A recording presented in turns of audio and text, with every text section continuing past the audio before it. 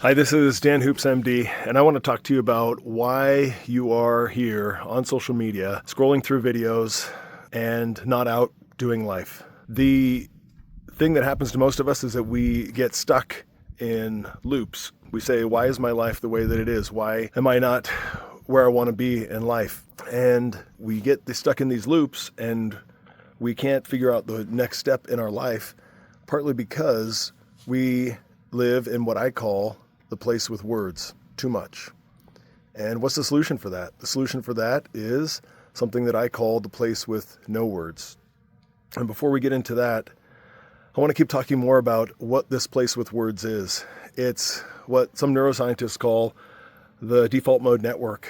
It's our story. It's when we try to make or rationalize something that's going on in our lives so that we don't have to take the next action in life. It's how we create a story, really.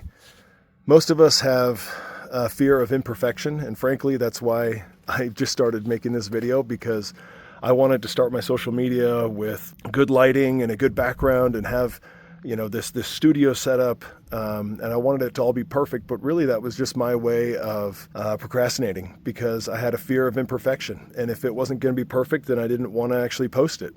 But this, while it has some imperfections in terms of lighting and audio quality, I mean, if you can see him here in beautiful Moab, I don't know of a better setting that I first post than this. We have this fear of imperfection, and that's a story. That's a loop that we run in our heads. And those loops are what eventually define our lives. If we live in what I call only in the place with words. The place with words is not the demon. It is actually necessary to get life done. In my day-to-day job as an orthopedic surgeon and as a functional medicine wellness physician, I need the place with words because I need to get things done. And things need to happen. So I'm not trying to demonize this way of living and this mode of life that I call the place with words. But when we really want to break out of one of those loops, or figure out why our life isn't quite what we want it to be, or when we're just frustrated or we need something, then we need to have access to this other mode, this other way of living, this other place that I call the place with no words. And the place with no words, so many people have talked about this. I'm not inventing this.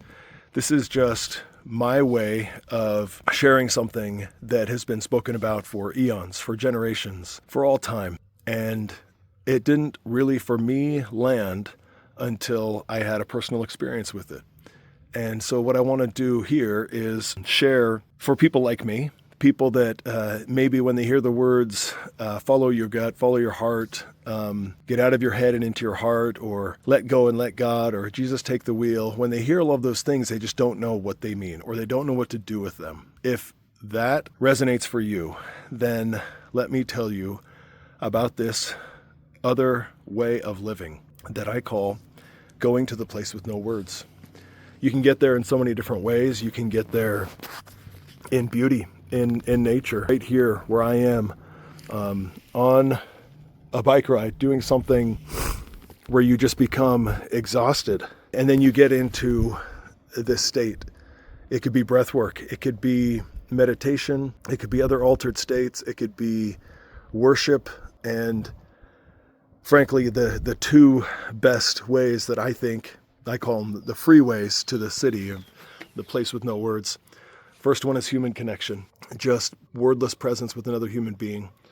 And the second one is awe, being in awe of nature, basically where I am right now. This is a perfect example of it. Can take you to this place with no words. And the reason I say the place with no words, there's other people that have used that term before, but you might not even know what I'm talking about, is that so much of our life is dominated by words and stories and rationalizations. And when you realize that the goal, when you have the hardest questions in life, is to get to the place with no words, then you bring that question that you have into the place with no words, and you can find what you're looking for, the feeling, the emotion. It's just something that is, I could call it ultimate presence. And I don't want to get too far deep into this because there's other people here that are here for my orthopedic surgery content or just lifestyle health content, wellness, longevity, things like that. But I will in other videos get more into how to access this place with no words and how it can benefit us.